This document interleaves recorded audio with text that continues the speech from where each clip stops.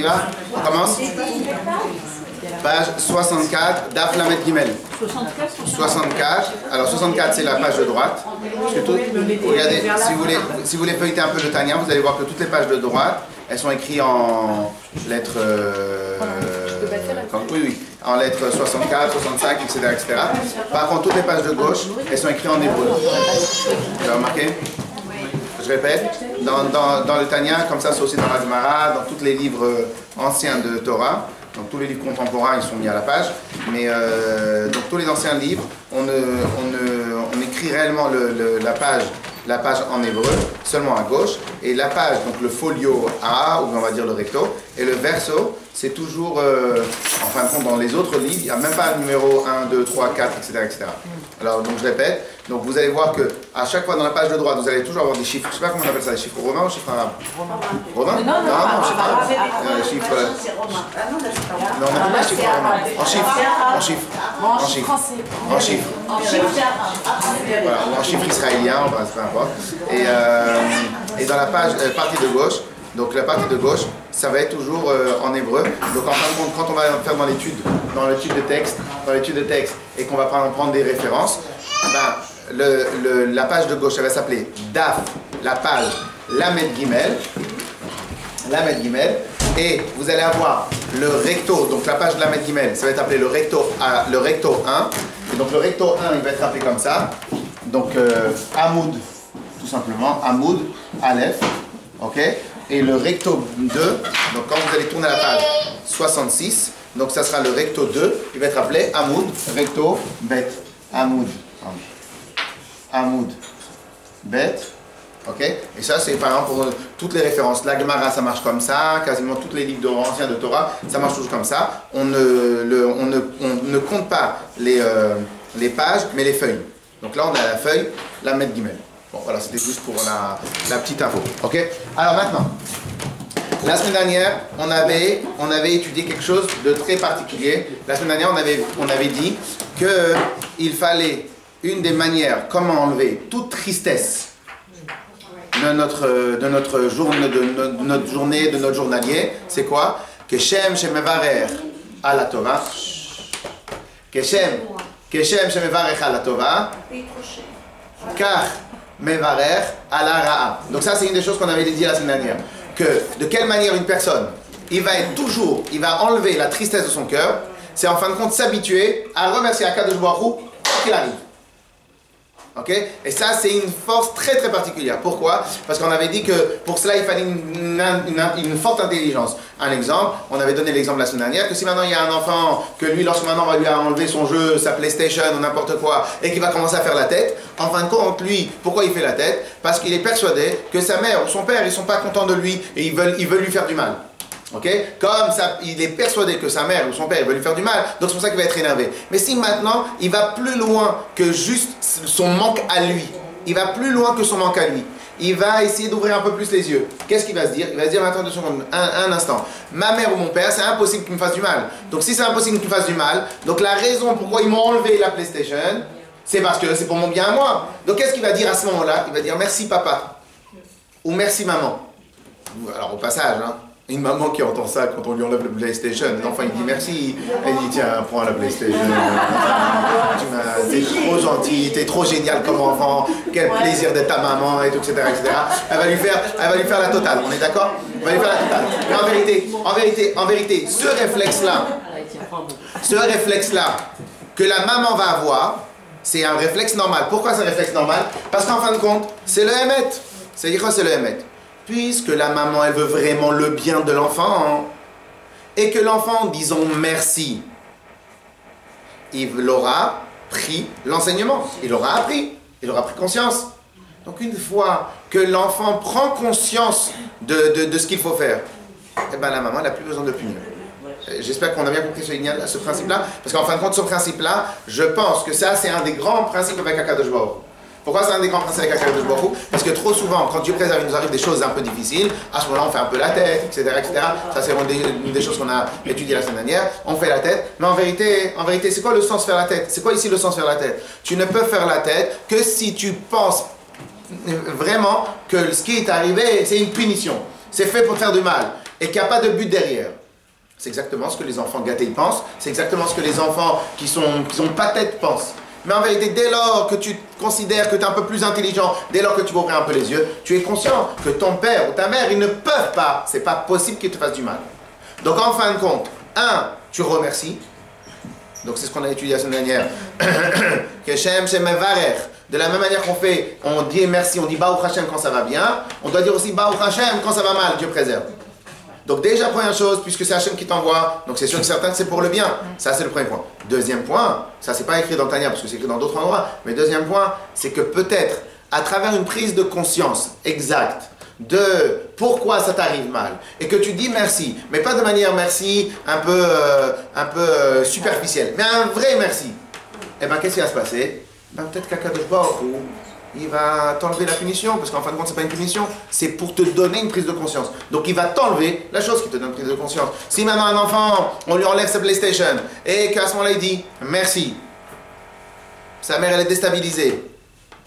1 heure plus tard, il lui a dit je te l'enlève pendant une semaine. 1 heure plus tard, elle lui remet la PlayStation. Et que l'enfant il la touche pas. Non, c'est bon, tu m'as dit une fois. Bon, ils n'existent pas ceux-là, hein, je vous préviens.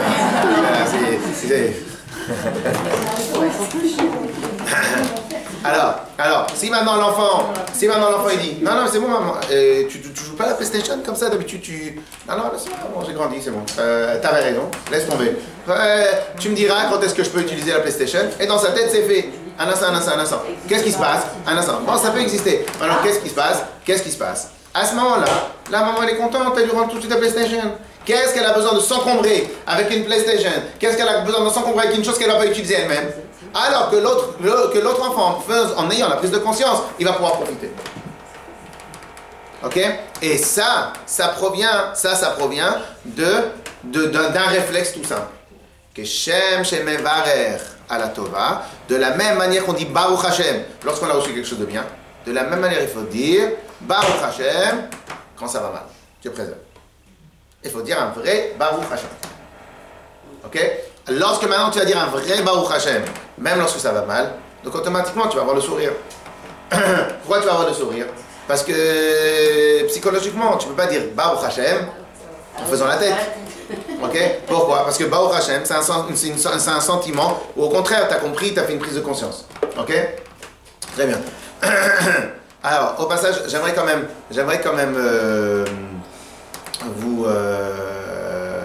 vous faire une précision. Alors vous savez qu'il est très compliqué de manière générale de notre relation avec la matérialité, elle est très compliquée. Vous savez pourquoi elle est très compliquée? Parce qu'en fin de compte on a été fabriqué depuis qu'on est tout petit, on a été fabriqué à aimer certaines choses, à détester certaines choses, à vouloir certaines choses, etc. Ok? Alors maintenant, de tout temps, avant que le Tanya arrive, avant que le Chassidut elle arrive, de tout temps, il n'y avait qu'une seule et unique technique pour se défaire de la matérialité. Vous savez c'était quoi? C'était les mortifications, comme ça on dit? Mortification. Ok? Donc tous ceux ou celles qui vont lire un peu les livres anciens de service de Dieu, eh ben la technique c'était mortification. Donc les gens ils se flagellaient, les gens ils allaient tourner dans la neige, ils allaient se faire mal, ils ne mangeaient pas, etc. Ok? Alors pourquoi? Parce qu'en fin de compte, c'est évident que le corps nous dérange dans le service de Dieu. Si maintenant, les âmes, elles n'ont pas de problème dans le service de Dieu, elles ont une capacité de vraiment aimer Hachem, parce qu'il n'y a rien qui les retient au sol. Par contre, nous, qu'on a un corps, ça nous retient au sol. Ok, très bien. Ah maintenant, ça c'était la technique auparavant. Maintenant, le problème il est de nos jours. Essayez pendant 1 semaine, 2 semaines de manger que du pain, avec de l'eau. Au bout de 2 semaines, vous tombez dans les pommes. Quoi qu'il arrive. Pourquoi? Parce que notre corps, c'est un corps faible. Donc en fin de compte, on a besoin de l'énergie, on a besoin de ce qu'il faut. On est d'accord? Très bien. Alors maintenant, de nos jours, on a un problème. Quelqu'un qui veut s'élever dans le service de Dieu, comment il fait pour se détacher du matériel? Quelqu'un qui veut s'élever et donc se détacher du matériel, comment il fait? Question. Au niveau alimentaire ou au niveau... En fin de compte, le problème... Alors, en fin de compte, pour l'instant, on va parler du niveau alimentaire. Pourquoi on va parler d'abord tout de suite alimentaire? Parce qu'en vérité, alimentaire, c'est quasiment un des sujets principaux de notre vie. Hein. Une fois, on avait fait pas seulement ça, une fois, on avait fait le calcul. Maintenant, on essaie de réfléchir combien de personnes Et combien la vie d'une personne elle est liée avec le manger? Non. Pas du monde, là, je crois que je vais repartir. C'est complet. Bonjour, monsieur. Au contraire. Boker Tov. Et donc, quelle entrée fracassante, madame. Alors pourquoi maintenant on parle de l'alimentaire? Parce qu'une fois on avait fait un calcul. Combien par jour on passe sur l'alimentaire? Alors venons, on réfléchit. On doit aller faire les courses. Attendez, on doit faire les courses. On est d'accord?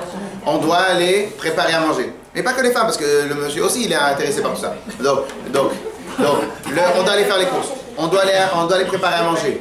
On doit s'organiser le moment où on mange. Après, une fois qu'on a mangé, on a des fois mal au ventre, pas mal au ventre, etc.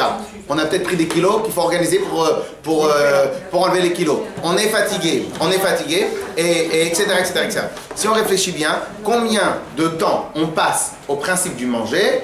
Énormément de temps. Énormément de temps. Une fois, il y en a un qui a dit, vous savez quoi, j'en ai marre, j'arrête de manger. Pourquoi? Parce que vous imaginez combien de temps on gagne quand on ne mange pas. Ou quand on mange très simplement. Mais bien évidemment, c'est très compliqué de faire ça. Alors, de la même manière, on a aussi un autre problème, un autre des grands Yetzara, c'est aussi le vestimentaire. Mais ça, on va mettre de côté le vestimentaire. Et après, vous allez voir que c'est la même logique. Donc, j'ai une question à vous poser. Comment on fait maintenant pour se détacher du matériel sans passer par les mortifications? Et on va parler maintenant tout simplement du manger. Comment on fait, par exemple, pour se détacher du manger? Alors, si vous faites le jeûne c'est la mortification. Non, mais c'est de manger, parce que dans les Pirkei Avot, si je dis pas de bêtises, on n'a pas le droit de manger, enfin, il faut manger à sa faim. C'est interdit de manger trop, en fait. Donc, il faut manger vraiment le strict minimum pour pouvoir... 100%. Est-ce que vous pensez qu'en mangeant à sa faim, on se détache du matériel? Oui. La gastronomie française qui ont voulu inscrire dans le patrimoine UNESCO de l'humanité ou je ne sais pas quoi, et ben en fin de compte, si vous regardez les assiettes, c'est pas comme c'est comme ça avec la mlochia et tout ça, c'est des petites assiettes de rien du tout. Ils mangent à leur faim. Ils mangent pas beaucoup. Mais concrètement, ils sont attachés à la matérialité. Donc le fait de ne pas manger beaucoup, je ne sais pas si c'est vraiment ça la technique suprême pour pouvoir se détacher de la matérialité. On s'enlève quand même certains plaisirs. Enlever la gourmandise. Parce qu'on peut manger tout à fait à sa faim normalement, mais on peut s'enlever tous les excès, alcool, caviar, foie gras, chocolat. C'est pas manger à sa faim, ça. C'est encore un autre niveau. C'est encore un autre niveau. Là, vous parlez de luxe. Mais manger à sa faim ou manger un peu moins que sa faim ou pas, c'est peut-être pas lié spécialement avec avec un travail personnel, avec un travail sur soi. C'est tout simplement, j'aime quelque chose, alors je vais choisir ce que j'aime, mais au lieu de prendre une assiette entière, je prends la moitié d'une assiette. Ok? Maintenant, bien évidemment, c'est toujours un travail en plus qu'on doit faire, lorsque maintenant, au lieu de prendre l'assiette entière, on laisse de côté. Ça, c'est déjà un travail en plus. Maintenant, la question qui est comment faire pour se détacher du matériel. Et donc dans ce cas-là, dans le cas échéant, de se détacher du manger. Ok, vous le raconterez à votre mari, tout ça, parce que c'est très dangereux pour lui. Alors, réponse. Alors, réponse que le rabbi a donnée dans une lettre à un Bachur Yeshiva, qui était bien évidemment, qui allait être aussi pour tous les autres Bachur Yeshiva. Alors, c'est quoi le rabbi il a dit comme ça. À la Yeshiva, tout ce qu'on te donne, tu manges. Alors, c'est simple, mais regardez la logique, c'est simple. Tout ce qu'on te donne, tu manges. Normalement, quand tu es à la Yeshiva, tu as plusieurs plats, même pas plusieurs plats, mais tu as un plat avec salade ou n'importe quoi. Et à la fin, si tu aimes ça, tu prends ça. Si tu n'aimes pas ça, eh ben, tu prends autre chose, tu prends la salade avec un peu de pain, tu débrouilles. Ok? Alors, qu'est-ce qu'il dit le rabbi? Il dit non. Dès lors que tu vas choisir, même si tu prends un peu, dès lors que tu vas choisir, tu vas tout le temps maintenir ta tête dans une logique de qu'est-ce que tu aimes, qu'est-ce que tu préfères, qu'est-ce qui t'est important et qu'est-ce qui t'est pas important. Le rabbi dit, donc aujourd'hui de nos jours, on n'a plus le corps assez fort pour pouvoir ne pas manger, pour pouvoir jeûner. On te dit, mange. La question elle est comment manger. Réponse. Tout ce qu'on t'amène à la yeshiva dans ton plateau, tu termines jusqu'à la fin. Mais bon, on vit pas dans une yeshiva. Ce qui veut dire. Un instant. Non, mais d'abord on comprend la logique. Ce qui veut dire par là, c'est que si maintenant le Bachor Yeshiva, il doit faire attention à sa manière, à son service de Dieu, à son attachement matériel, comment il fait?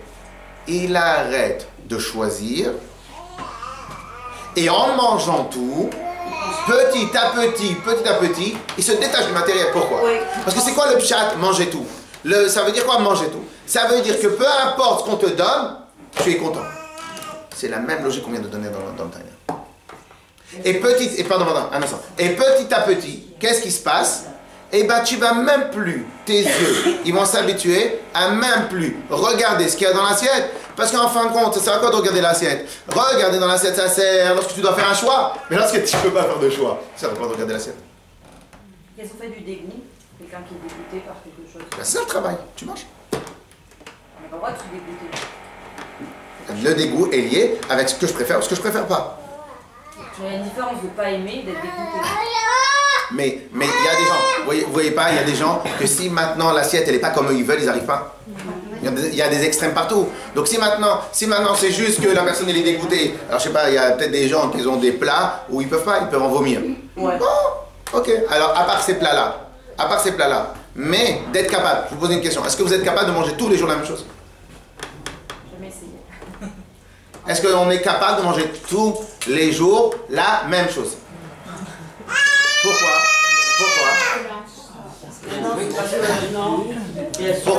Pourquoi? Si vous avez eu comme habitude de manger tous les jours la même chose, ben on mangeait tous les jours. Mais ça fait partie de la galoute. Pourquoi on n'est pas habitué? Parce que c'est partie de la galoute. Maintenant, pourquoi on n'arrive pas à manger tous les jours la même chose? Parce qu'on est intéressé, parce qu'on a dans notre assiette. Parce que si vous étiez intéressé par la nourriture, pas par l'action de manger, parce qu'en fin de compte, il faudrait nommer chaque chose son vrai prénom. Le vrai nom du manger, c'est la nourriture. Parce que manger, c'est l'action de manger. Nourriture, c'est l'action de ce qui me fait vivre. Ok? Donc en fin de compte, si la nourriture devait être de la nourriture, ça je crois moi ce qu'il y a dans mon plat, à partir du moment où il y a des protéines, des vitamines, des choses, etc., je mange. Donc en fin de compte, si je n'arrive pas à manger tous les jours la même chose, c'est parce que ma tête, à moi, elle réfléchit d'une manière très particulière dans ma relation avec le manger. Si maintenant, je veux faire un travail pour me détacher de cette matérialité qui s'appelle le manger, et je peux vous assurer que c'est pas si simple que ça, si on veut se détacher de cette matérialité, et donc avoir une vraie distance avec le manger, et bien en fin de compte, le rabbi, il dit quoi? Il dit, tout ce qu'on te propose à table, tu manges. Tout ce qu'on te propose à table, tout ce qu'on te propose dans ton assiette, tu manges. Et bien en fin de compte, cette logique-là, c'est exactement la même logique avec la matérialité. Si maintenant tu remercies Akadosh Baruch Hu, écoutez bien, si maintenant tu remercies Akadosh Baruch Hu seulement quand il y a du bien, lui, est-ce qu'on est d'accord que c'est Hachem qui donne tout? Donc si maintenant tu remercies Hachem que lorsque maintenant tu as du bien, hein, donc en fin de compte, ça veut dire quoi? Que tu ne remercies pas Hachem, tu remercies le bien. Si par contre, l'oraleno, Dieu préserve, tu remercies Hachem quand il y a du bien, quand il y a du mal, donc ça veut dire quoi? Tu ne regardes pas la relation avec toi, tu ne regardes pas si tu aimes, si tu n'aimes pas, si c'est confortable, si c'est pas confortable, si c'est agréable, si c'est pas agréable. Tu ne regardes pas ça. Tu vas regarder quoi? Tu vas regarder qui t'a donné. Si maintenant un enfant, il est conscient que son père et sa mère, c'est des gens intelligents, des gens bien, etc., hein, il va s'énerver quand on va lui enlever la PlayStation. Non, si ma mère ou mon père m'ont enlevé, c'est parce que j'ai exagéré. Point à la ligne, ça s'arrête là. Pourquoi? Parce que chez lui, son père ou sa mère sont plus importants de lui-même. Si par contre, et ça c'est le problème des enfants gâtés ou des autres enfants qui n'ont pas bien compris, c'est que si maintenant lui, il est plus important que sa mère et son père, donc automatiquement il va s'énerver. Clair? Donc en fin de compte, si aujourd'hui on peut se dire, on va s'arrêter 2 minutes et on va essayer de réfléchir, on va confirmer ce qu'on a étudié la semaine dernière. On va dire qu'il faut remercier Akadosh Baruch Hu dans le bien ou dans le mal. Mais remercier Akadosh Baruch Hu dans le bien ou dans le mal, c'est habituer sa tête à dépasser sa matérialité, à dépasser sa personne et aller chercher au-dessus de sa personne. De quelle manière? En lâchant. On a une règle que le spirituel et le matériel sont 2 ennemis totale. C'est-à-dire, si on a la tête dans le matériel, on ne peut pas avoir de place pour le spirituel. Si on a la tête dans le spirituel, le matériel ne peut pas avoir de place. Donc si maintenant, quand je reçois du bien, je dis merci. Lorsque maintenant je reçois du mal, je dis pas merci. Donc en fin de compte, la seule chose qui est importante pour toi, c'est ta personnalité à toi. C'est ta personnalité à toi. C'est pour ça que lorsque maintenant ça se passe bien, tu es content. Lorsque ça se passe pas bien, tu fais la tête. C'est la reconnaissance. Mais si par contre chez toi, ce qui est important, c'est Akadosh Baruch Hu, ça change quoi toi, si maintenant il t'a donné du bien ou du mal? Deuxième partie, ce qui est le plus important pour nous, et donc par conséquent, lorsque tu vas dire, lorsque Dieu préserve, il va y avoir des problèmes, là aussi tu vas dire Baruch Hashem. Clair? Alors maintenant, on va prendre une deuxième partie de ce chapitre-là, on va le clôturer ce chapitre-là. De toute façon, on va continuer à parler sur ça. Alors maintenant, vous savez que le Yetzer Hara, il est très fort. Le Yetzer Hara, il est le Yetzer Hara est très fort. Alors, écoutez. Le Yetzer Hara est très fort. Pourquoi? Parce qu'en vérité, le Yetzer Hara, il n'a absolument aucune limite des arguments qu'il utilise pour nous faire fauter. Alors des fois, c'est pas fauter, des fois c'est autre chose, mais le Yetzer Hara, il n'a absolument aucune limite. Alors maintenant, vous savez qu'il y a un Hayom Yom, qui dit la chose suivante. Il dit qu'une fois, je ne me rappelle plus quel rabbi, je crois que c'était le rabbi Rachab, à son fils, il vient et lui dit, la veille de Yom Kippour, tu as prié trop longuement, tu as prié comme ça, tu as pris ton temps. Écoutez s'il vous plaît. Tu as prié longuement. Et le rabbi, son père, il lui dit, fallait prier rapidement. Ailleurs, Yom Kippour, la Avodat Hashem, elle est bezrizout. Avec entrain, avec enthousiasme, avec rapidité. Parce que c'est Yom Kippour, on a beaucoup de choses à faire. Donc si maintenant tu pries lentement, c'est que quelque part, tu n'es pas angoissé par la fête. Alors, et donc son père, il lui a dit, puisque maintenant tu n'as pas fait ce qu'il fallait faire, donc c'est le Yetzer Hara.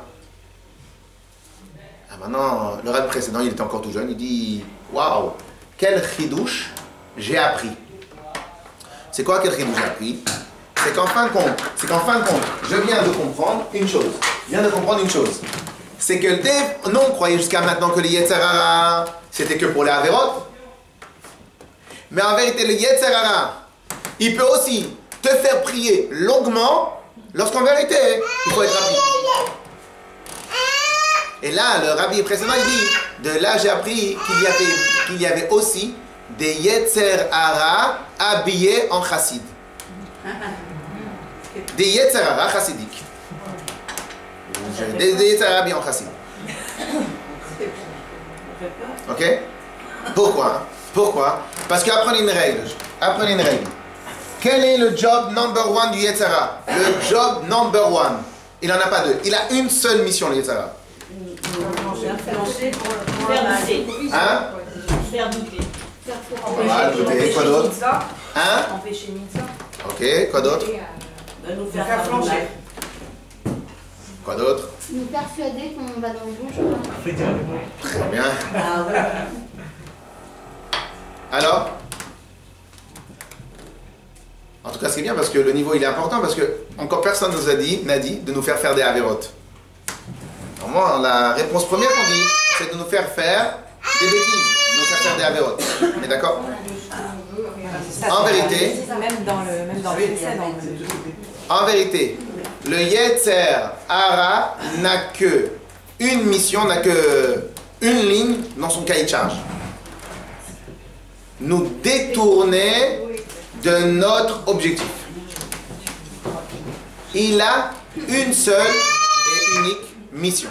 Cela veut dire que si maintenant quelqu'un, je vous donne un exemple tout simple. Imaginez maintenant quelqu'un que lui, il a une grande capacité de faire du chesed.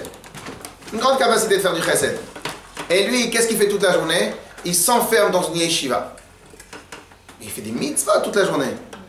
Ben, quand il va arriver là-haut, on va lui tirer les oreilles. Vous pouvez même pas vous imaginer. Pourquoi? Parce que qu'est-ce que tu as fait toute ta vie? Mais j'ai étudié toute ma vie. Mais tu crois que les qualités qu'on t'a données, c'était pour rester à l'intérieur d'une yeshiva? Ou quelqu'un, que n'importe quoi, il a une capacité de faire de la halakha. Parce qu'il a une tête qui marche comme la halakha. Mais lui, son plaisir à lui, c'est étudier la Gemara. Là aussi, on va lui reprocher. Ok? Pas un. Le job number one du Yetzer Hara, c'est de nous détourner de notre mission.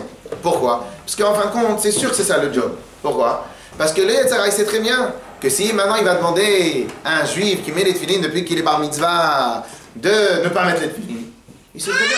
Le Yetzer Hara, il sait très bien qu'il n'aura aucune chance. Le Yetzer Hara, il sait très bien qu'il n'aura aucune chance de réussir. Pourquoi il n'aura aucune chance de réussir? Parce qu'à une personne... Un instant. Parce qu'une personne... Bravo. Non, il ne faut pas manger. Pourquoi? Il vous l'a dit, ça fait 10 minutes.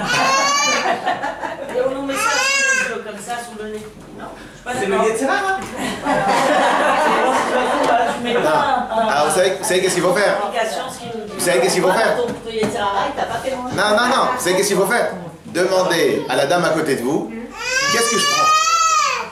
Qu'est-ce que je prends? C'est pas vous qui décidez, c'est l'autre qui décide pour vous. Parce que si on a faim, on a faim. D'accord, merci. Bon, alors, donc, parce qu'en fin de compte, le Yetzer Hara, il sait que si maintenant on va demander à quelqu'un qui mange cachère depuis qu'elle est née, comment la personne, tu peux lui embrouiller qu'elle ne mange pas cachère? C'est pas possible, ça rentre pas dans la bouche, c'est pas possible. Alors Yetzer Hara, qu'est-ce qu'il fait? Alors il va être pointé au chômage. Il va pointer au chômage, il est obligé de faire son travail. Donc il va trouver des choses qui sont faisables pour la personne. Donc c'est quoi les choses qui sont faisables? Manger pas cachère, c'est impossible. Bon, viens, je vais te faire manger beaucoup. Cachère, mais beaucoup. Tu vas mettre ta tête dans le manger. Tu vas aller chercher tous les restaurants. Une fois, quelqu'un il m'a dit, c'est une folie. J'organise ma journée par rapport à ce que je vais manger.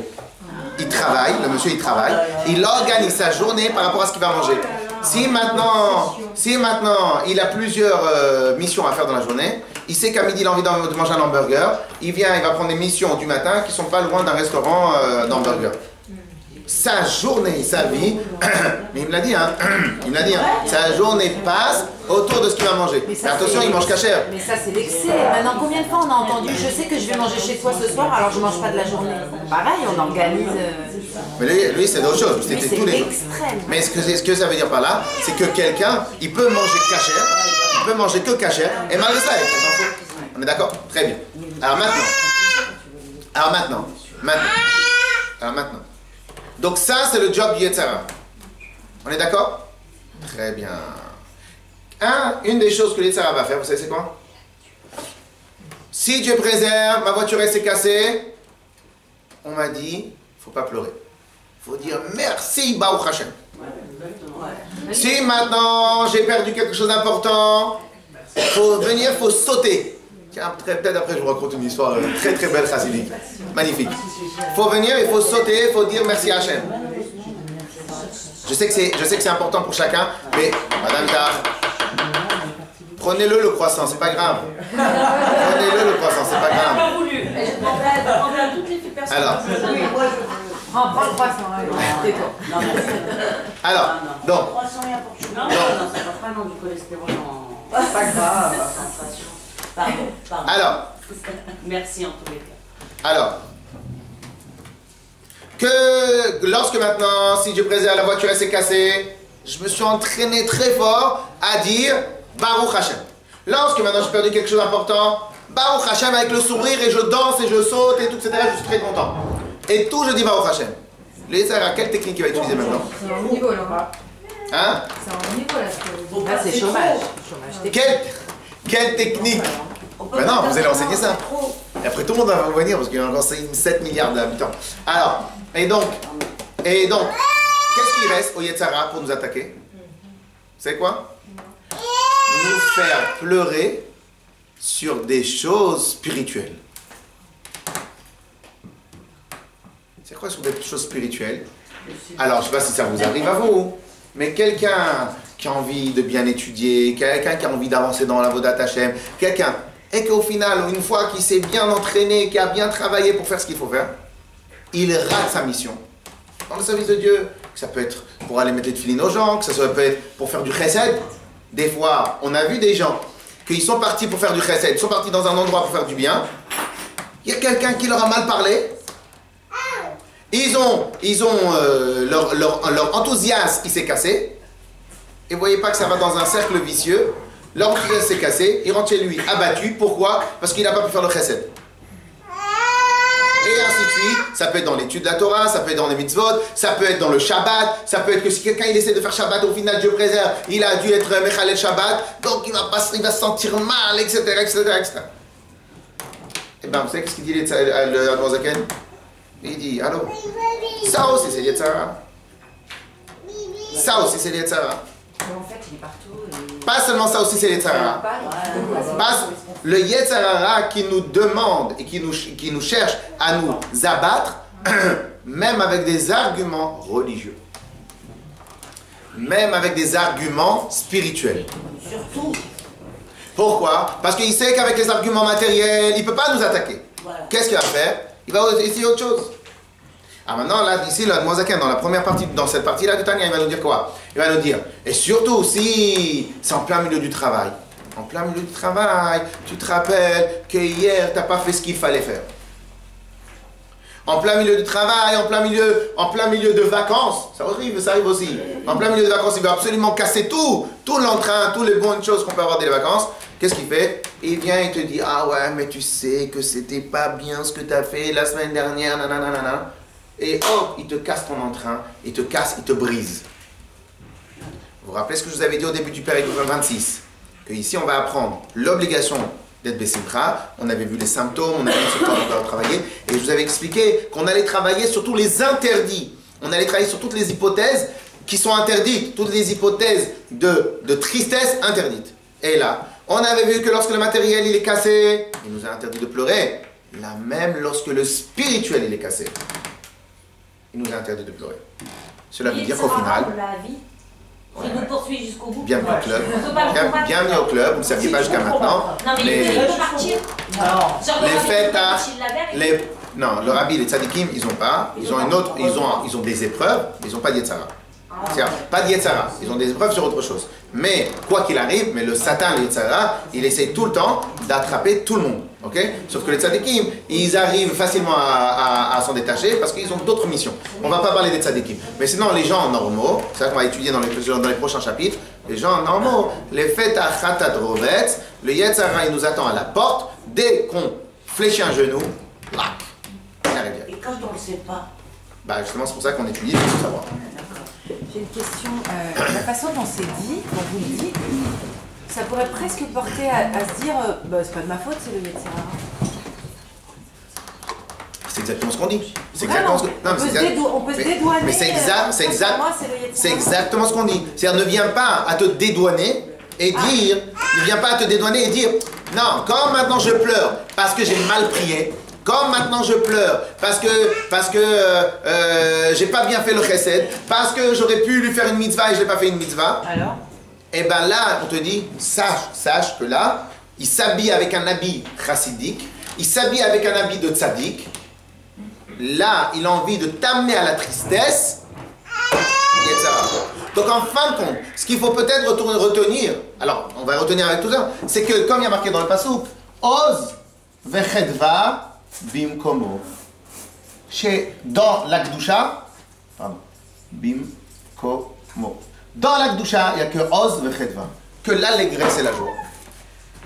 Que l'allégresse et la joie. Comme il y a marqué, ça on va l'étudier dans la suite du Rambam, que les Névim, les prophètes, ils n'avaient de prophétie que lorsqu'ils étaient joyeux. Que le Harizal, il a eu un des moments où il a eu le plus grand niveau d'élévation dans la Kabbalah et dans sa Avodat Hashem, c'était un moment où il était très joyeux. Chez Akadosh Baruch Hu, il n'y a que Oz vechedva. Que l'allégresse, la joie, l'extase, le bien-être, etc., etc. Dès qu'il y a quelqu'un qui t'amène à autre chose, à penser à autre chose, à penser à la tristesse, allô, rentre pas, Yetzera. La tristesse, elle est liée au Yetzera? Pas elle est liée. De la même manière que la joie, c'est un arme de construction massive, de la même manière, la tristesse, c'est une arme de destruction massive. Il faut la mettre au même niveau. Hein? Il faut la mettre au même niveau. Comment? Il faut la mettre au même niveau. Oui, c'est l'opposé. La tristesse, c'est l'opposé de la simcha. La simcha est une arme absolue contre toutes les mauvaises choses.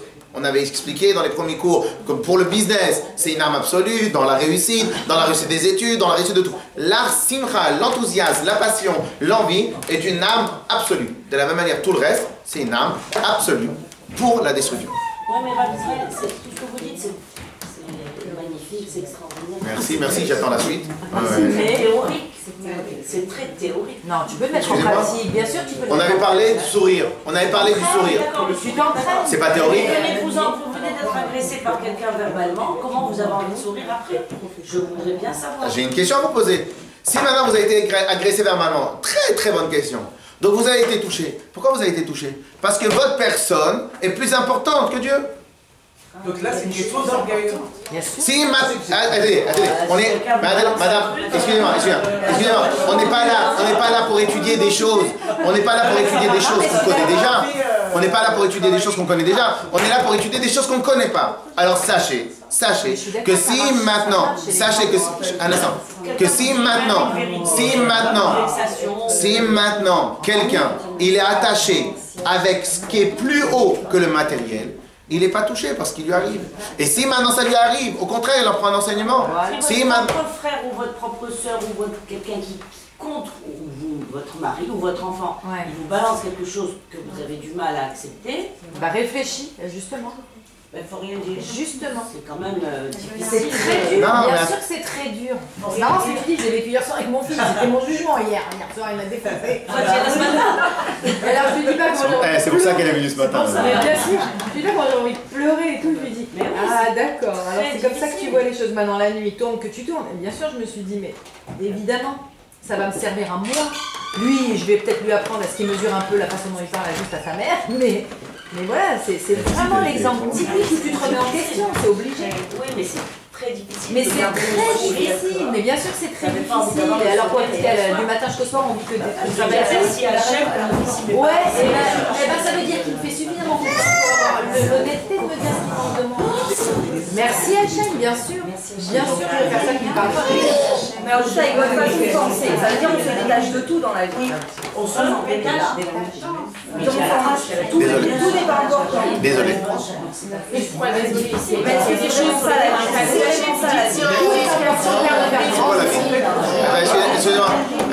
Excusez-moi. Il nous reste quelques minutes pour aussi terminer dans le texte. Il y a des questions très intéressantes. J'aimerais que chacun écoute les questions. Répétez. Madame Bérébi, s'il vous plaît. Que la petite Sadeket, elle fasse du bruit. Au contraire, ça va faire en sorte qu'elle va connaître le Tania. Mais les adultes, ils n'ont pas le droit de faire du bruit. Alors, on y va. Alors, répétez la question. Je vous dis finalement dans la vie, il faut se détacher. Excusez-moi, Tout est important. Très bien. Et donc, quel est votre problème? Est-ce que c'est vraiment ça la vie? C'est très difficile. C'est quoi ça la vie? Est-ce que c'est vraiment ça la vie, de se détacher de tout? Ben, d'après vous, c'est quoi la vie? Je sais pas si ça s'appelle être détaché, Rav. Ça s'appelle vraiment être détaché ou ça s'appelle j'en fais quelque chose de mieux, de plus grand? En tout cas, on est détaché de la première apparence. C'est ça. On est détaché de la première apparence. Donc il faut faire. On passe à un niveau supérieur. Quelque chose de plus grand. On passe à un niveau supérieur. C'est-à-dire que ça dépend le monde dans lequel Si demain, on doit détacher que l'humain, perd un truc chez si demain, vous allez votre maison, votre maison elle est brûlée. Je vais vous donner un exemple. Vous allez en avoir d'importance, vous n'allez pas vous dire ça n'a pas d'importance. Ça vous est jamais arrivé de vivre quelque chose, que Dieu vous préserve toutes, ça vous est déjà arrivé de vivre quelque chose de très dur? Oui, Sur le moment, j'avoue que spontanément, la vérité, j'ai jamais dit ouais merci, t'es très sympa. Non, j'avoue que je l'ai pas dit. Mais après, quand j'ai traversé l'épreuve, j'ai toujours reçu quelque chose de plus grand que ce que j'avais perdu. Parce que sur ce qu'on perd, on essaye de positiver à la fin. Mais c'est vrai que, c'est-à-dire c'est pas possible de se détacher complètement. Sur l'instant, je suis d'accord, c'est très difficile. Et là, il nous dit que pour le coup de manger, on va aller manger même des choses qu'on n'aime pas. Tout ça pour se détacher. On peut se détacher sans... Alors regardez, excusez-moi, venez, on va prendre un exemple tout simple. Un exemple de la vie de tous les On le jours. voit des années plus tard. Ouais, mais parfois, mais si par principe tu te dis que quoi qu'il t'arrive, par principe, Voilà, c'est ça la logique. c'est bon pour toi. C'est une manière, Tu te rends compte comme tu vis mieux. Tu décrètes par principe, c'est un présupposé, tu décrètes que tout ce qui t'arrive c'est pour ton bien. Allez, après tu peux avancer partout. Non, je suis pas tout à fait d'accord. Non, mais c'est une philosophie de vie. Avec les enfants, c'est bien. Non, mais on a... Quand c'est du matériel, là, on parle. On parle du matériel. Mais même non, dans ça lui dit pour tout. Dans le principe, c'est pour tout, sauf qu'ici, on avait dit une règle au début du cours, on parle que des choses rigolotes, sympathiques, que des choses un peu plus difficiles, c'est en privé, mais c'est le même principe, même dans les choses les plus. C'est le même principe partout, même dans les choses les plus. Sauf qu'ici, à Tiftar Pela Satan, on ne parlait que des choses légères. Hein? Il vient d'où l'État? C'est grâce à lui qu'on a des mérites. C'est Hachem. Excusez-moi. Un instant. Pourquoi si vite? Je remets en question. Un instant. On va prendre un exemple tout simple. Est-ce que vous avez déjà vu un athlète de haut niveau s'entraîner? Ah oui. Il commence pas la veille, là. Oui, ils sont très continus. Un instant.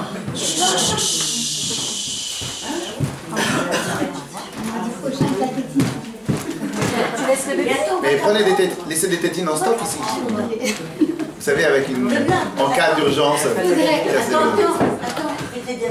Non, je vais trouver quelqu'un. Attention, descends pas toute seule. Alors, on va prendre un exemple tout simple. Excusez-moi. On va prendre un exemple. On va prendre un athlète de haut niveau. Vous avez déjà vu un athlète de haut niveau? Combien de coups il prend? Combien il souffre? Et comment ça se fait qu'il est Bessimcha? Parce que à ce moment-là où il s'entraîne, lui ne regarde pas l'instant présent, il regarde après. Parce que son but, c'est lui. Donc ça, c'est une règle générale dans toute la vie. Si tu regardes uniquement avec des yeux de myope et tu regardes uniquement ce qui est devant ton nez, à ce moment-là, qu'est-ce qui se passe? Bah oui, tu vas regarder uniquement le moment présent. Mais si maintenant tu prends un peu de recul, si maintenant tu essaies de dépasser ce qui est en train de t'arriver, si maintenant tu essaies de regarder un peu avec la Emouna, tu prétends avoir d'Aïmouna. Encore une fois, hein, que Dieu préserve, que ce soit tout le temps, comme le Rabbi dit, Betov, Aniré, Vaniglé, tout le temps dans le meilleur doux et visible, pas quelque chose que je dois aller me casser la tête, pourquoi c'est bien.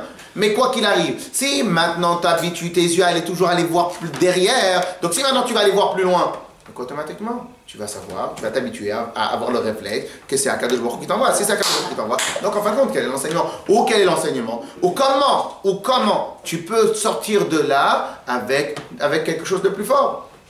Ok? Quand quelqu'un il a une épreuve très difficile, il a appris. Parce qu'au final, quoi qu'il arrive, j'avais déjà expliqué une fois au travail qu'en général, si on est super intelligent, on met 5 minutes pour se relever. Si on est moins intelligent, entre 2 ans et 3 ans qu'on met pour se relever. Mais au final, on est obligé de se relever. Ok? Donc en fin de compte, quoi qu'il arrive au moment où tu vas te relever, eh ben, tu vas être riche d'un nouvel enseignement très fort. Eh ben, ce nouvel enseignement, tu peux aller le partager, tu peux aller l'aider, etc., etc. Ou ça peut être un enseignement pour toi, pour tes enfants, pour tout le monde. Donc en fin de compte, c'est une règle de base. C'est pas que rien ne doit nous atteindre. C'est pas ça le principe. Le principe il dit que si maintenant on réfléchit de cette manière-là, ben oui, quelque part, rien nous atteint. Mais pas rien. C'est-à-dire tout nous atteint, mais avec une autre vision. C'est-à-dire quoi tout nous atteint? C'est-à-dire que si maintenant j'ai un problème, eh ben ça m'atteint. Mais pas ça m'atteint et je pleure. Ça m'atteint et je construis, et je travaille, et j'avance, et j'apprends, et je deviens plus fort, etc. Clair? Ok. Alors je sais pas si d'abord on fait dans les mots, et après je vous raconte la petite histoire. La petite histoire. Il y avait un chassid très connu, Rav Mendel Foutaf. Un chassid très très connu. Il n'était pas de Tunisie, mais... Et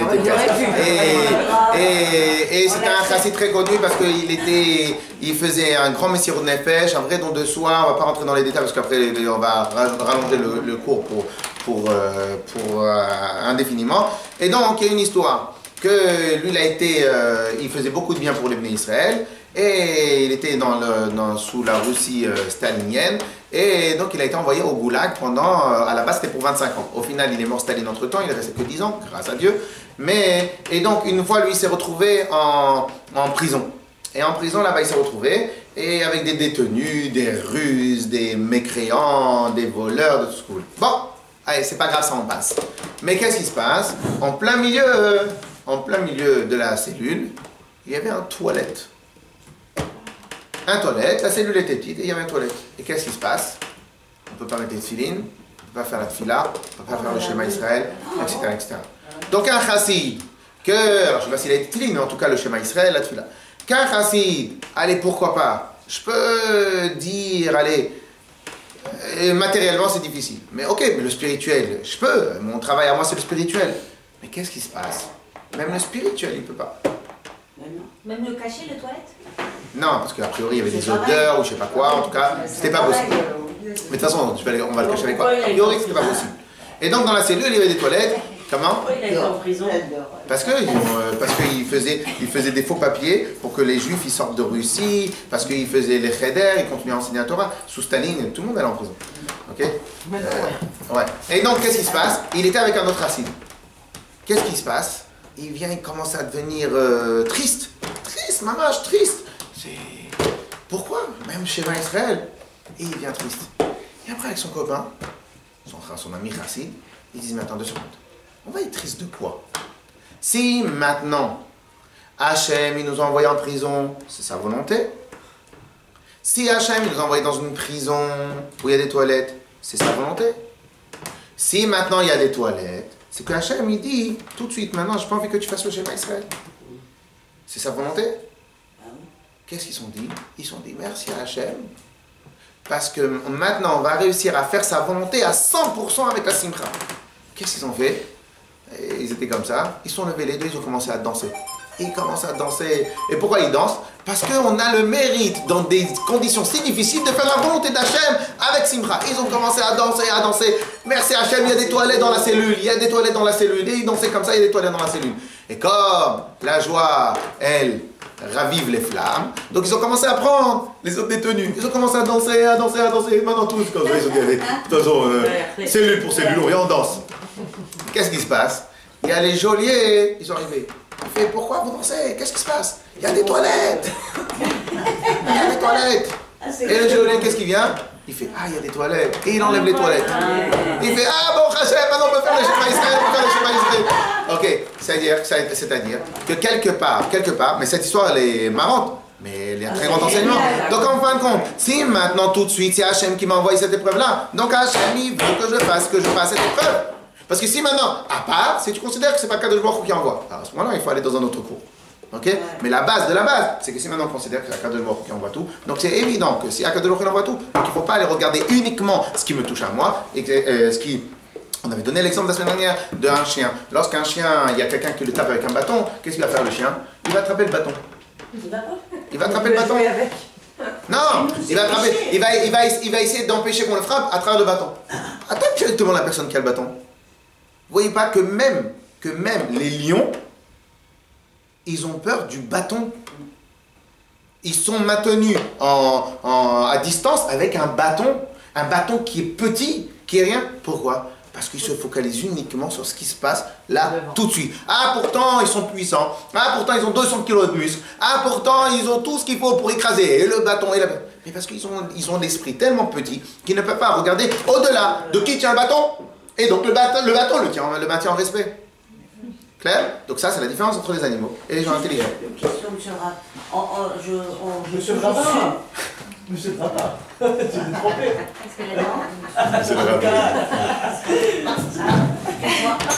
Elle me fait marcher. Je te fais marcher. Ouais, juste une question. On dit qu'il ne faut pas faire une prière devant un chien. C'est vrai? A priori, il n'y a pas de problème. Ah oui. Non? Oui, mais d'abord, c'est pas le sujet, mais a priori, il n'y a pas de problème. Pour savoir. Non, a priori, il n'y a pas de problème. Ah bon? Mais Rav Israël, vous pouvez pas faire un trou aux hommes, aux maris? Excusez-moi, il était où votre mari hier soir? Tu veux qu'il lui dise quoi à ton mari, à toi? C'est quoi la Voilà, on le fait le cours de lundi soir. Il y avait, Baruch Hashem, beaucoup de gens hier soir. Quand on rate la voiture, il faut qu'ils nous disent Baruch Hashem. Allez, venez, allez, c'est bon? Allez, un instant. Page Lamed Gimel, 3e, dernière ligne. 3e, dernière ligne. Allez. 3e, dernière ligne. Ar ha'atzvut. Mimile deshmaya. Par contre, Lamed Gimel. Lamed Gimel. Ar ha'atzvut. Mais cependant, ha'atzvut, la tristesse. La troisième dernière ligne. C'est la troisième ligne. Lamed, l'avant, la troisième dernière ligne.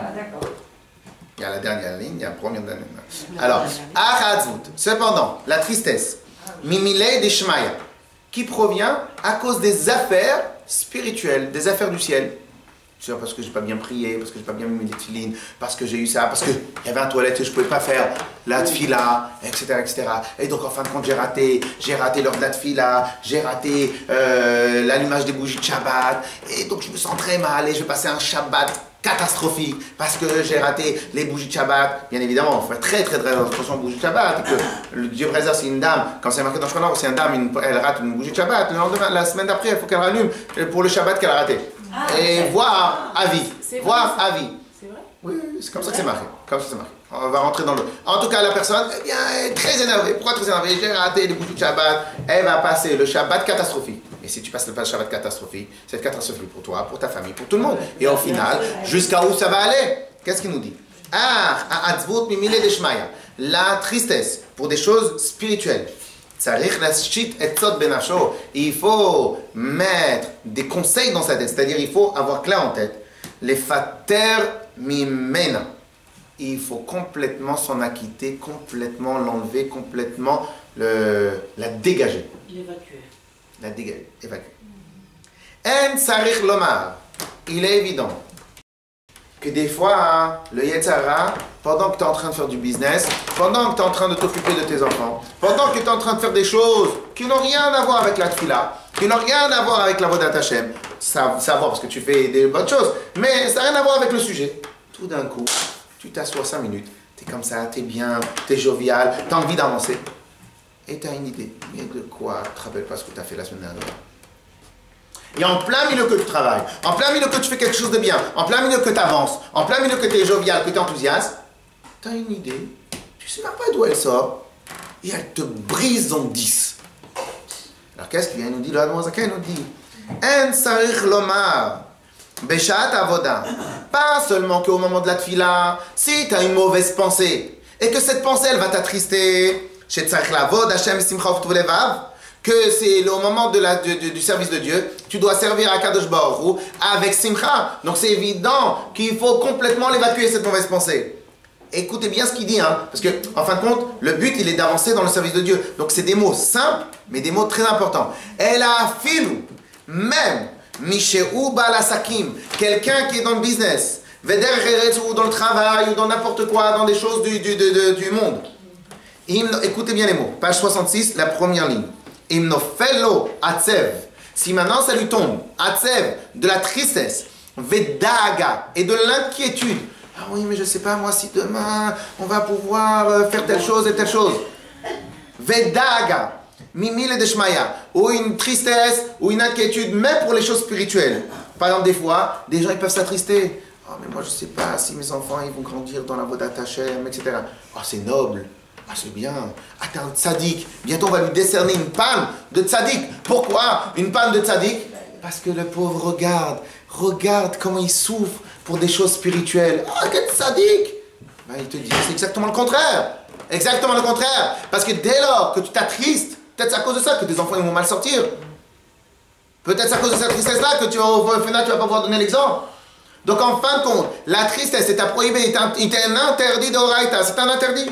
Donc, Besha, Vedaga, Mimile Deshmaya, même lorsque tu t'inquiètes pour des choses spirituelles, Besha, Tassakav, au moment où tu travailles, au moment où tu fais quelque chose, au moment où tu vas chercher tes enfants, au moment où tu vas faire n'importe quoi. Beyadoua, écoutez bien les mots. Beyadoua, sachez une règle. Chez Utach Boulot à Yetzer. Ça fait partie des ruses du Yetzer. Bon, descends, fais ce que tu veux. Ça fait partie des ruses du Yetzara. Il faut apprendre à nommer un chien, un chat, un chat, un Yetzara. Dès lors que tu l'as, dès lors qu'il t'amène à une tristesse, peu importe, même avant quand on pensait que la tristesse c'était uniquement des tristesses matérielles, voilà, matériel, c'est sûr que le matériel c'est pas bien. Non, même quand la tristesse elle provient des choses spirituelles, là aussi tu dois l'évacuer. Pourquoi? Le mot tristesse est un synonyme de Yetzer Hara. Pourquoi? Parce qu'en fin de compte, le Yetzer Hara, il va utiliser les termes que tu as besoin d'entendre. Donc au début, il va te parler que tu as un problème avec la tefila. Il va t'amener dans la tristesse. Mais après, ça va rentrer dans un cercle vicieux. Parce que si maintenant tu es dans la tristesse dans le business, on avait dit que tu vas moins travailler. Et une fois que tu vas moins travailler, tu vas être encore en tristesse, etc. etc. Kédé, écoutez bien, Kédé leapilo acharkar. C'est pour après le faire tomber dans d'autres choses. Il commence par la tristesse pour te faire tomber dans d'autres choses. Beta avo, dans des autres plaisirs, chas shalom, kanoda. Chez Imloken, parce que si באמת c'était יצר טוב, מאין באה לו עצבות אמיתית, מחמת אהבת השם ויראתו, באמצע עסקיו, parce que si maintenant c'est יצר טוב, si באמת c'était יצר טוב, ליצר טוב, il va chercher le bon moment pour te donner des enseignements. Donc il ne va pas attendre que tu es en train de conduire dans la voiture pour aller chercher tes enfants, qui va t'amener quelque chose de triste. Il va attendre que tu es dans la tefila, il va attendre que tu es attaché, que tu es assis devant un livre, que tu es assis devant un moment. En tout cas, le bon moment, il va attendre. Pour quel rapport maintenant le fait que tu es en déjeuner d'affaires avec quelqu'un qui va te faire triste? Quel rapport? Ben, en fin de compte, parce que lui, il cherche un seul moyen. Il cherche, comme on avait vu la semaine dernière, j'avais bien dit qu'il y a marqué dans un livre que la première chose que l'on fait en haut, comme ça il y a marqué, comme ça un tzaddik qu'il avait dit, la première chose que l'on fait en haut, lorsqu'on veut punir quelqu'un, on lui enlève sa confiance en soi. Pourquoi? Une fois qu'on t'enlève ta confiance en toi, tu deviens moins enthousiaste, moins fort, moins besimcha. Quand tu es moins besimcha, là je peux t'amener vers des endroits où jamais tu aurais pensé aller. Donc maintenant, on va peut-être, au fur et à mesure des chapitres, on va peut-être apprendre une règle. Tristesse, synonyme de Yetzer Hara. Et là, on a appris un truc très important là, pour les enfants, parce que des fois, on se pose ces questions-là. Là, on ne se les posera plus, parce que des fois, on a cette vraie question. On peut le poser, on vient, on le note. Est-ce qu'ils vont aller dans le droit chemin? On le pose, on le note. Très bien. À 10h demain soir, j'y réfléchis sérieusement. Mais comme ça, en plein milieu de la journée, c'est ça. Non, maintenant on se dira, c'est sûr qu'ils vont dans le droit chemin. Alors, oui et non, parce qu'on a toujours besoin de prendre les messages et de réfléchir, de se remettre en question. Mais là, tout de suite... Oui, pour qu'ils y aillent. Voilà, donc, t'as raison Yetzer Hara, t'as raison, ta question est une bonne question. Je le note pour demain soir. Et demain soir, à 10h, je m'assois et je réfléchis. Exactement. Non, mais attention, ce que je suis en train de vous dire, ce que je suis en train de vous dire... On réfléchit sur notre tristesse. Non, ce que je suis en train de vous dire, je le dis à la manière légère, mais c'est exactement ce qu'on va dire tout à l'heure, plus tard dans Tania. C'est que, en fin de compte, si maintenant tu as une mauvaise pensée pour le spirituel de tes enfants, de ce que tu veux, mais t'as raison, c'est une bonne question. Le problème, c'est pas ce que c'est une bonne question, le problème, c'est pourquoi elle a été posée maintenant. Ben, tu me notes dans un calepin, demain à 10h, c'est mon temps où je vais réfléchir sur ça. Mais là, tout de suite, c'est ça. Mais d'accord, mais on peut en penser, enfin, on peut y réfléchir sans être dans la tristesse. Non. Obligatoirement. Non. Oui, pourquoi? Parce que si maintenant, au milieu que vous êtes en train de travailler, il y a quelqu'un qui vous parle, quelque chose qui n'a rien à voir avec votre travail, vous l'évacuez. T'as une bonne question. Laisse-moi, je te réponds demain. Quelqu'un vous envoie un texto sur n'importe quoi, sur quelque chose. Je te réponds tout à l'heure. Pourquoi je te réponds tout à l'heure? Qu'est-ce que ça a à voir maintenant? Je suis en train de me déconcentrer. Donc en fin de compte, apprenez une règle. Le Yetzer Hara, son job à lui, c'est de nous attraper là où il peut nous faire tomber. La première règle où il peut nous faire tomber, c'est la tristesse. Maintenant on essaie, j'ai envie de terminer dans le texte. Ok? Je suis à la 5e ligne. Veine. Ben shenafla lo atzvut beshat avodat betorah betalmud Torah. Que ça soit une tristesse, que c'est au moment où tu étudies la Torah qui t'a amené cette tristesse-là. Ou betfila, ou au moment de la tfila. Ou ben shenafla shelo beshat avodah. Ou même lorsque maintenant cette idée de triste, cette idée triste, que peu importe dans quel domaine cette idée triste elle a été donnée, cette idée triste, elle a été même au moment où je travaille, même au moment où je vais faire du sport, même au moment où je dois aller faire mes courses. Cette tristesse elle est venue, à ce moment-là, Zot Yassim El Libo. Comme ça, on doit avoir clair dans la tête. Yassim El Libo, c'est le sens, on doit le mettre au cœur. Mais c'est quoi le sens? C'est qu'en fin de compte, ça doit être des paramètres. Il y a des gens, les gens qui ne peuvent pas, qui n'ont pas l'habitude de dire des gros mots, Ils ne peuvent pas dire de gros mots même quand ils sont énervés. C'est des mots qui ne sortent pas de la bouche. Pourquoi? Parce que la tête, elle est paramétrée. Parce que la tête, elle est paramétrée. La tête, elle est paramétrée. Ce mot-là, il n'existe pas. C'est-à-dire que là, c'est tellement fort, le principe est tellement fort dans la tête qu'il n'y a pas d'écartement. Il n'y a pas de possibilité d'aller à droite, à gauche.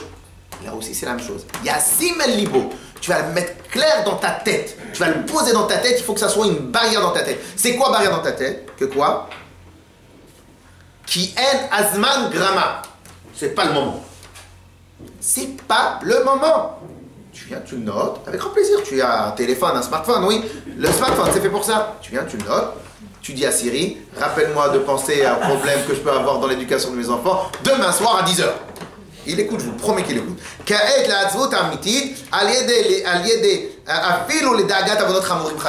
Et c'est pas le moment. Et même lorsqu'il maintenant il va venir te dire, mais tu te rappelles pas, l'année dernière, Dieu préserve, t'as mangé pas cachère. Fais que tu vois. Oui, t'as raison. T'as raison. Peut-être l'année dernière, je fais quelque chose de pas bien. Oui, t'as raison, je dois faire tu vois. Oui, t'as raison. Yetzara, tu as raison. Demain soir. Pourquoi? Parce que si tu te laisses aller, c'est lui qui va driver la situation. Il va t'amener là où tu voulais pas, les khatri l'amener. Rak les autres. Il faut prendre une commission hein, sur les prochains coachings là. Ah, rak les autres. Rak les autres. Rak les autres. Tsarik viut itim. Et seulement, qu'est-ce qu'il faut faire? Oui, tu as raison. Alors pour cela, tsarik viut itim. Tu dois fixer des moments où tu vas réfléchir sur tes problèmes. Vous imaginez si quelqu'un de 9h à midi, c'est le moment dans le business pour appeler les clients. Et de 14h à 17h, c'est le moment pour appeler les clients. Vous voyez pas que le monsieur, il réfléchit sur la logistique de 14h à 17h?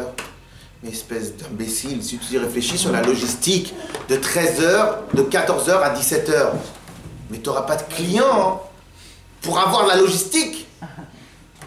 Donc d'abord, la logistique, c'est le soir, c'est le matin, c'est entre midi et 2. Mais tu ne réfléchis pas à la logistique avant d'avoir des clients. Donc qu'est-ce qu'il fait les Tzara? Mais non, attends, la logistique, elle n'était pas parfaite. Oui, après, ça s'appelle du céder, ça s'appelle être normal. Mais par contre, qu'est-ce qui fait la différence entre quelqu'un de bien dans le business et quelqu'un de pas bien? Il sait poser ses priorités. Nous aussi, on a une priorité. Maintenant, la priorité, c'est de servir Dieu. Maintenant, si maintenant le Yetzara, il vient, il t'embrouille maintenant. Il t'embrouille, il veut te faire tomber, parce que c'est ça son objectif. Donc qu'est-ce qu'il faut faire? Il faut aussi avec les enfants, par exemple, quand ils nous posent une question et c'est pas le moment, on leur dit, on discutera de ça plus tard. Sauf que quand ça nous touche, on se fait avoir. Donc c'est ça le pshat, Yassim Malibo. Veshat kosher. Donc en fin de compte, il faut se poser des moments. Veshat kosher et un moment apprêté à cela. Beyeshuv adat, ou un moment où on est au calme. Leitbonen bigdulat Hashem. De réfléchir sur la grandeur d'Hachem, Asher Chatalo, que tu as fait des choses pas bien devant Hachem. Et là, à ce moment-là, tu t'arrêtes, tu t'assois, tu pleures comme il faut, tu t'es organisé. Que déjà liedeze, yelibo nishbar behemet. Parce qu'à travers cela, lorsque tu vas le faire bien, à ce moment-là, oui,